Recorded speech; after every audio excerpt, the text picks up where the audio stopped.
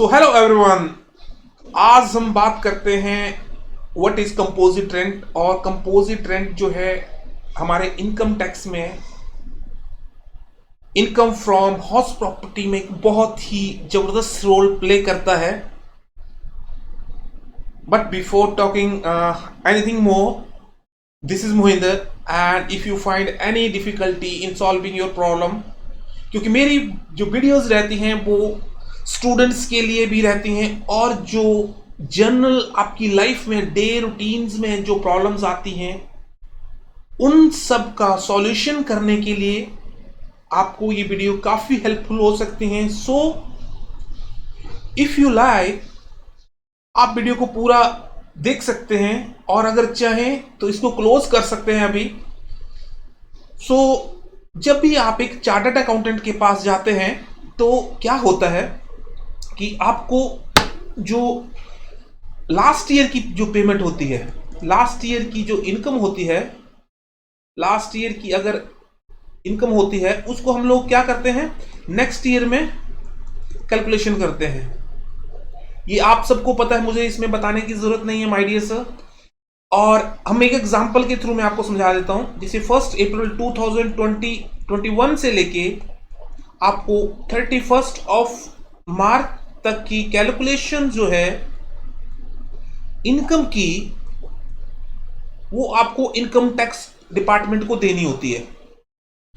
अब जब भी आप जुलाई में इंडिविजुअल की रिटर्न जाती है, एवरीवन नोस, ठीक है, इंडिविजुअल की जो रिटर्न जाती है तो उसमें जब आप जुलाई तक जाएंगे तब तक तो ये सारा गेम हो चुका होगा, क्योंकि आप पीछे जाके टाइम को चेंज तो नहीं कर सकते। बट अगर आपको कुछ चीजों का नॉलेज होगा तो उस केस में क्या हो सकता है, आप काफी हद तक अपनी जो इनकम टैक्स की लायबिलिटी है उसको रिड्यूस कर सकते हैं। माय मेन मोटिव क्या है, आपके इनकम टैक्स को रिड्यूस करना।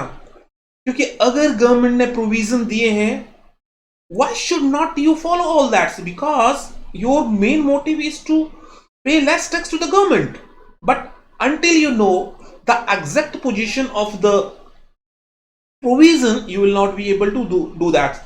So ये बहुत सारी चीजें हैं, इनको अगर डिस्कस करने लगेंगे तो बहुत सारी जो अपना मेन टॉपिक है वो निकल जाएगा। सो अब अभी हम बात करते हैं पॉइंट वाली बात, ठीक है। अभी हम आ गए हैं अपने व्हाट इज कंपोजिट रेंट के बारे में। कंपोजिट रेंट क्या बोलता है, क्योंकि जब भी आप कंपोजिट रेंट की बात करते हैं तो डेफिनेटली आपको जो है, क्योंकि अगर आपने सुना होगा तो जरूर आपको पता होगा कंपोजिट रेंट क्या होता है, लेकिन मैं उन स्टूडेंट के लिए वो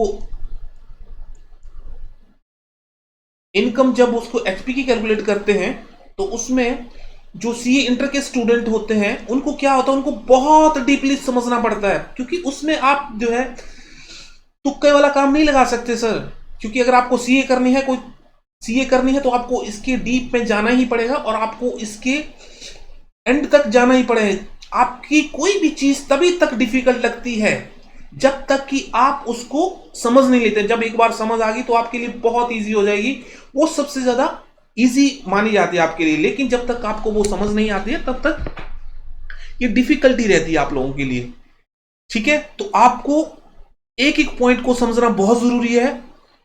अभी इस वीडियो में हम लोग की कंपोजिट रेंट के जो बेसिक्स हैं उसको समझेंगे, और जो इसके न्यूमेरिकल्स हैं या फिर जो एग्जांपल्स हैं या इलस्ट्रेशंस हैं, ये सारी की सारी हम लोग क्या करेंगे, किसी दूसरे वीडियो में मैं आपको कंपोजिट रेंट की जो कैलकुलेशंस हैं उसमें बताऊंगा। लेकिन आपको क्या कंसीडर करना है, क्या नहीं करना है कंपोजिट रेंट में, ये सारी की सारी हम जो बात जो है अब करने वाले, ठीक है। तो आ जाओ अभी कंपोजिट रेंट की मीनिंग के ऊपर। कंपोजिट रेंट क्या होता है,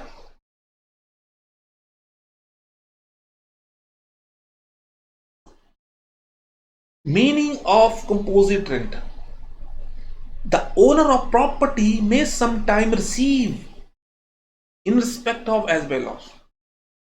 कंपोजिट रेंट का मीनिंग जब तक नहीं समझोगे सर, आपका जो अदर सॉल्यूशंस है वो नहीं होने वाले हैं।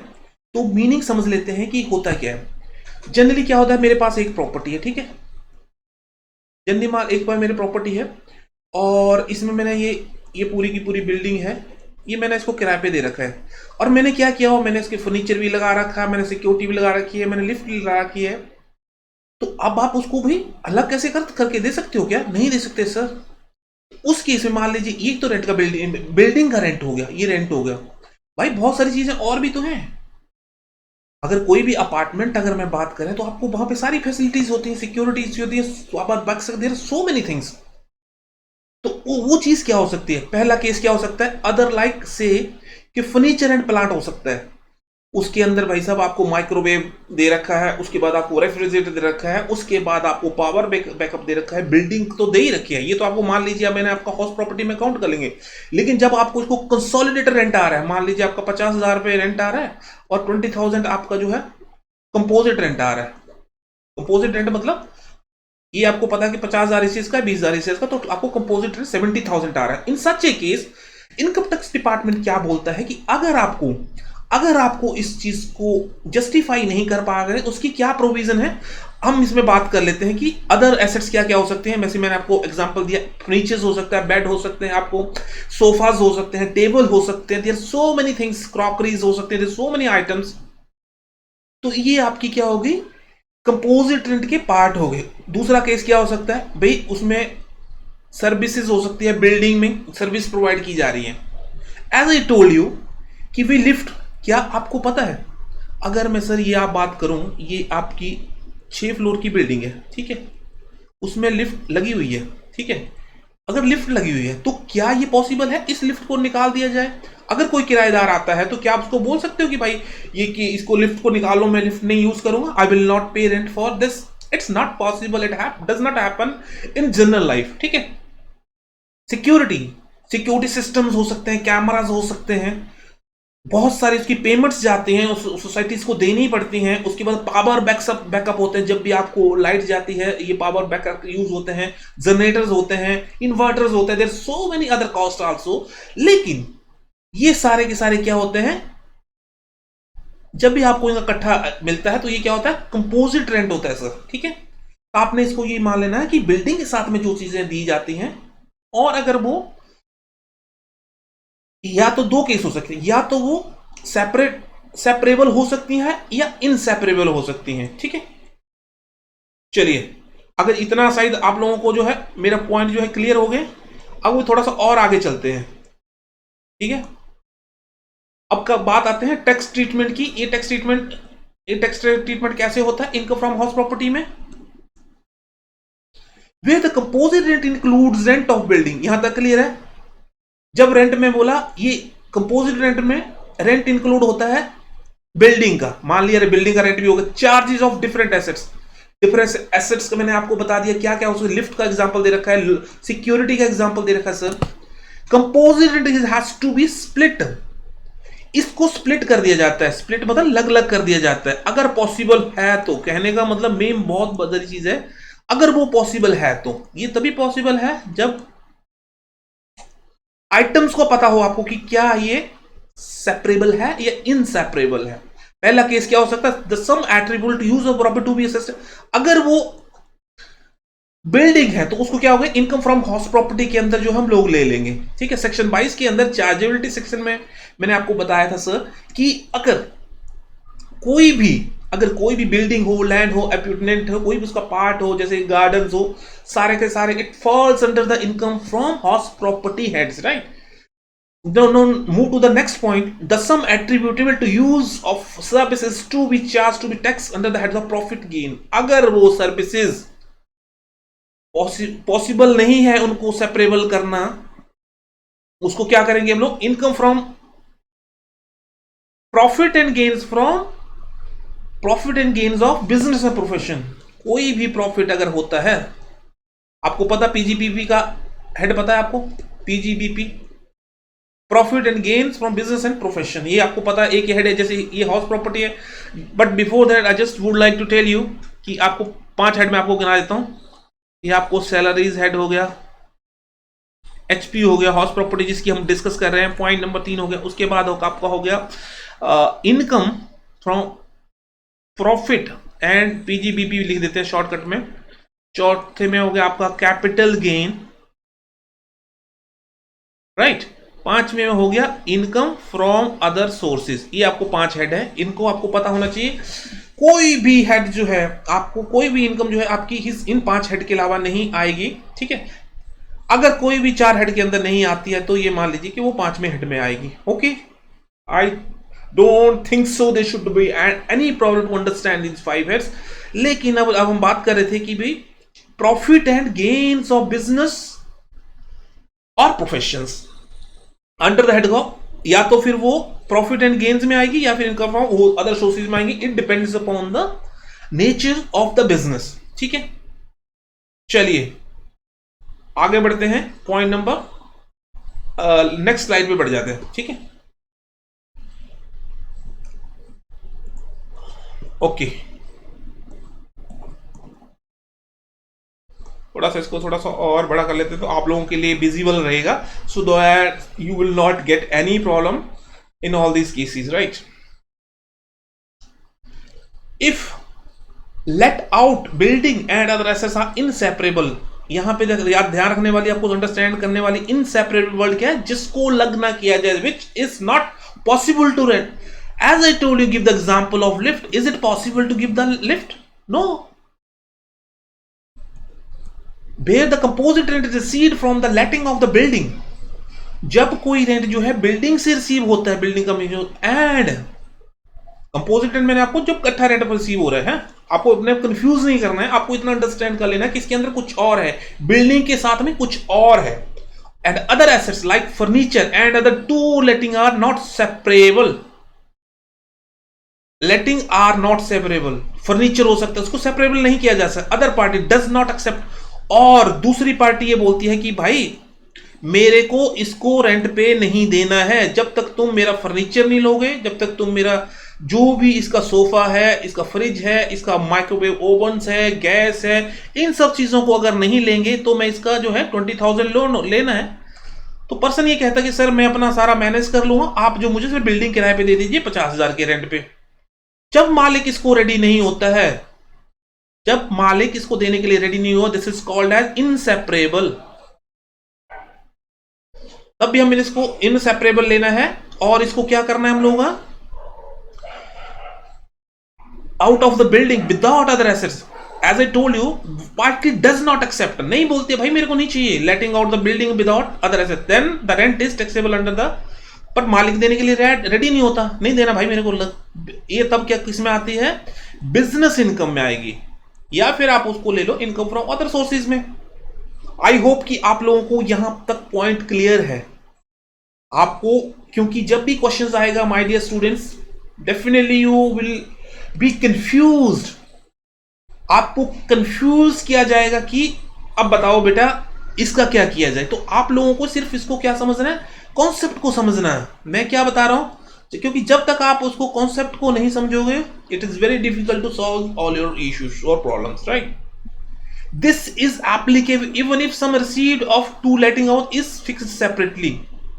बोला अगर ये सेपरेट भी किए गए हैं, मान लीजिए ये बिल्डिंग है, आज ये मेरा बेड है, ये मेरे बेड है, इनको पूरा फिक्स में सेपरेट कर दिया बिल्डिंग में, मतलब इसमें क्या किया है, इसने नट के साथ में दीवार में फिक्स कर दिया इसको। हालांकि इसको काट के निकाला जा सकता है, लेकिन क्या है, fix. This is applicable even if, इसको ध्यान रखना, तब भी एप्लीकेबल होगा, receivable for two is fix, अगर वो सेपरेटली फिक्स किए गए हैं, क्योंकि भाई बेड तो बिल्डिंग के साथ नहीं बनाए जा सकते ना, लेकिन उसने फिक्स किए हुए हैं, इनको सेपरेट किया हुआ है, लेकिन वो देने के लिए नहीं रेडी है, सर मेरे को नहीं देना, उस केस में आपकी इनकम क्या होगी, बिजनेस इनकम और income from other sources. I hope कि यहां तक पॉइंट क्लियर है, कोई डाउट नहीं है। फिर भी अगर आपको कोई डाउट रहता माय डियर स्टूडेंट, तो आप मुझे कमेंट कर सकते हैं, कभी भी आप मुझे मेल कर सकते हैं। Everything has been given in this by this description, so that you will not get any problem, right.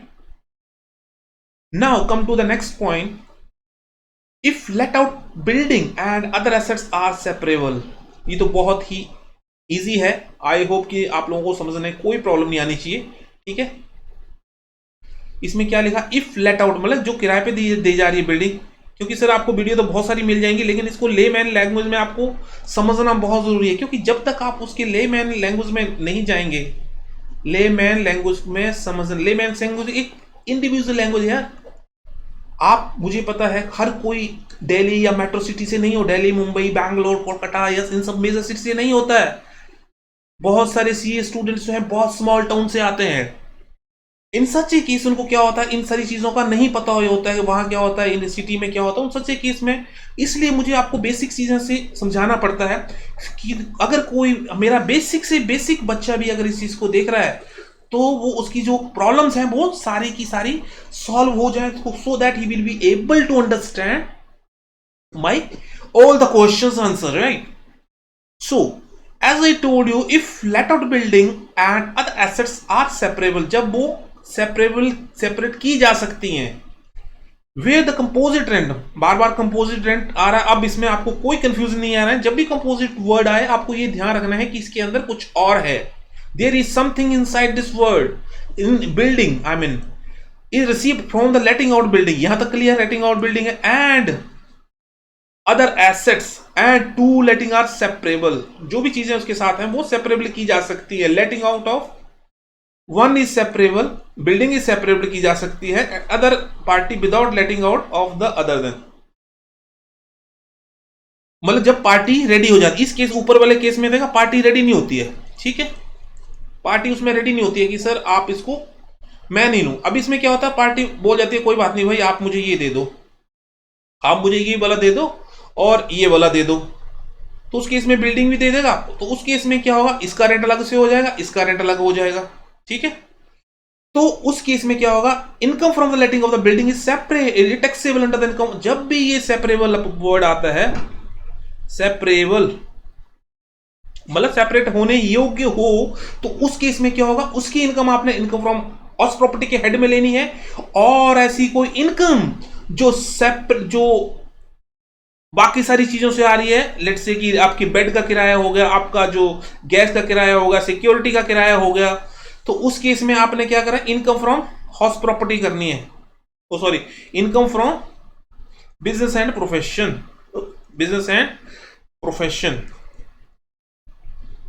तो उस केस में उसके बाद लास्ट पॉइंट क्या बोलता है, this is applicable even if, यहां तक कि if a composite rent is received by the SSC from his tenant for to letting. जब दोनों से, एज आई टोल्ड यू कि दोनों पॉइंट में भाई आपको ये बिल्डिंग का रेंट मिल रहा है, ये आपको फर्नीचर एंड फिक्सेस का मिल रहा है, फर्नीचर एंड फिक्सेस मिल रहा है, उस केस में आपको ये वाला आपका चला हाउस प्रॉपर्टी में चला जाएगा, ये आपका उसमें चला जाएगा, आपका बिजनेस एंड प्रोफेशंस में ले लो सर, या फिर आप ले लो इनकम फ्रॉम अदर सोर्सेज में। I hope the point is clear. So this was the video, so I hope you enjoyed and definitely you will be enjoying in future also, because मैं उन सारे बच्चों के लिए ये सारी वीडियो लेके आ रहा हूं जो कि सीए का प्रिपरेशन कर रहे हैं, और ये सारी वीडियो मेरी उस लोगों के लिए भी है जो कि अपनी बिल्डिंग को किराए पे देते हैं और उनको आप जो है समझ नहीं आता अब क्या किया जाए। तो उस केस में आप लोगों को बहुत ही इसको ध्यान से रखने वाली बात है। आई होप कि आप जो है स्टडी अच्छे से कर रहे हैं, और let's meet in another video session, and till that take care and thank you for watching this video. And if you have any confusion, if you have any doubts, if you have any clarifications, just leave any comments. I would love to give you a reply. And till that, take care and bye bye.